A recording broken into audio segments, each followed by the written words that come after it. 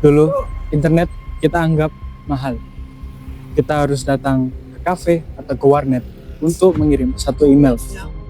Tetapi pada hari ini, di tahun 2026, Wi-Fi bukan dianggap seperti fasilitas, tetapi sebagai infrastruktur dasar.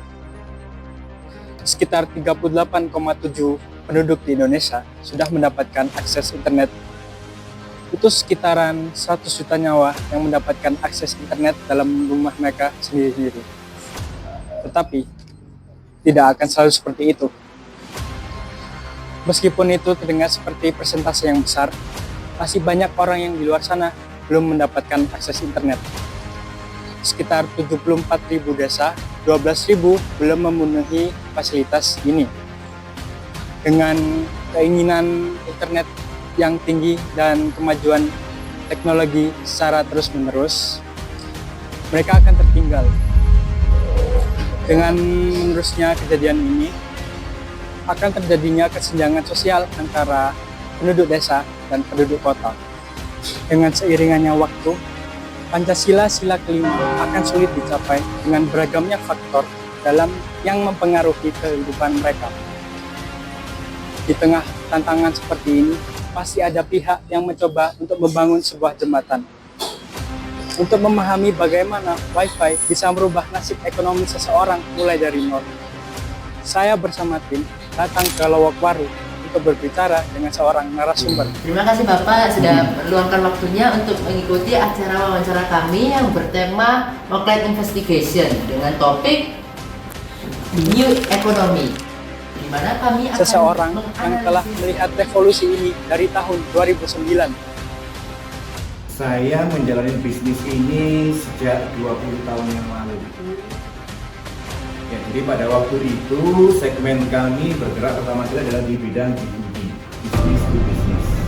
Apa itu? Ya warnet, ya pabrik. Ya. Dengan usahanya Kapten Naratel. Jadi saya menjalani bisnis ini sejak 20 tahun yang lalu.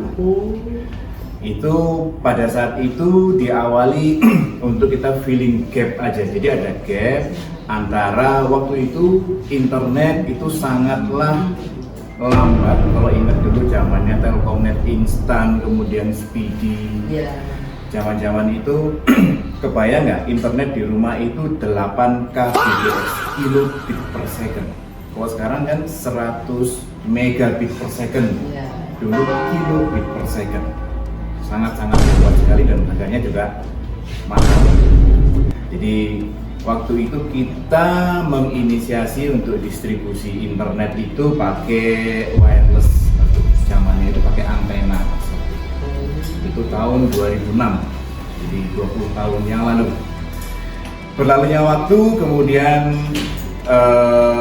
kita bentuk namanya PT Naraya Telematika tahun 2009. Nah dari situlah kita mulai untuk legal diurus, perpajakan dan segala macam kebutuhan pokok. Awalnya baiklah, selanjutnya jika saya harus menanyakan kembali lagi, menurut Bapak tahun mana yang paling berkesan bagi Bapak? Apakah saat pandemi COVID-19 di mana semua orang diharuskan untuk berdiam diri di rumah? Dan jika memang tahunnya itu pandemi COVID-19, gimana Bapak cara melayani pelanggan-pelanggan di saat masa-masa pandemi di mana virusnya bisa menyebar dengan mudah? Ya, jadi pandemi ini memang turning point buat kami. Sebelum COVID, segmen kami adalah B2B kebanyakan, B2B dan B2C. Ada retail, tapi porsinya sangat kecil sekali. Namun ketika pandemi datang, otomatis semua disuruh WFH, revenue jatuh tuh yang dari B2B yang tadinya hotel, suspend, pabrik suspend, ya kan. Namun sekali lagi kita ngelihat celah di situ, yaitu di retail. Dari itulah kita mulai concern gitu ke market retail, karena semua orang dipaksa untuk WFH yang tadinya nggak patio, nggak terlalu pakai internet, menjadi tiba-tiba sekarang harus dipakai jadi internet. Dan saat itu pula kita punya 4 pilar perjuangan Kapten Naratel namanya. 4 pilar perjuangan Kapten Naratel. Yang pertama, internet murah harus disiapkan ya, simetris upload sama downloadnya seimbang. Gitu. Terus pilar perjuangan yang kedua, cakap internet. Cakap ini maksudnya orang tahu batasannya, dia tahu resikonya dan tahu manfaatnya. Yang ketiga, ekonomi internet. Ini yang kalian sebut new economy tadi itu. Ya. Setelah mereka cakap, gimana dong caranya ilmu ini bisa kontribusi terhadap income penghasilan mereka masing-masing.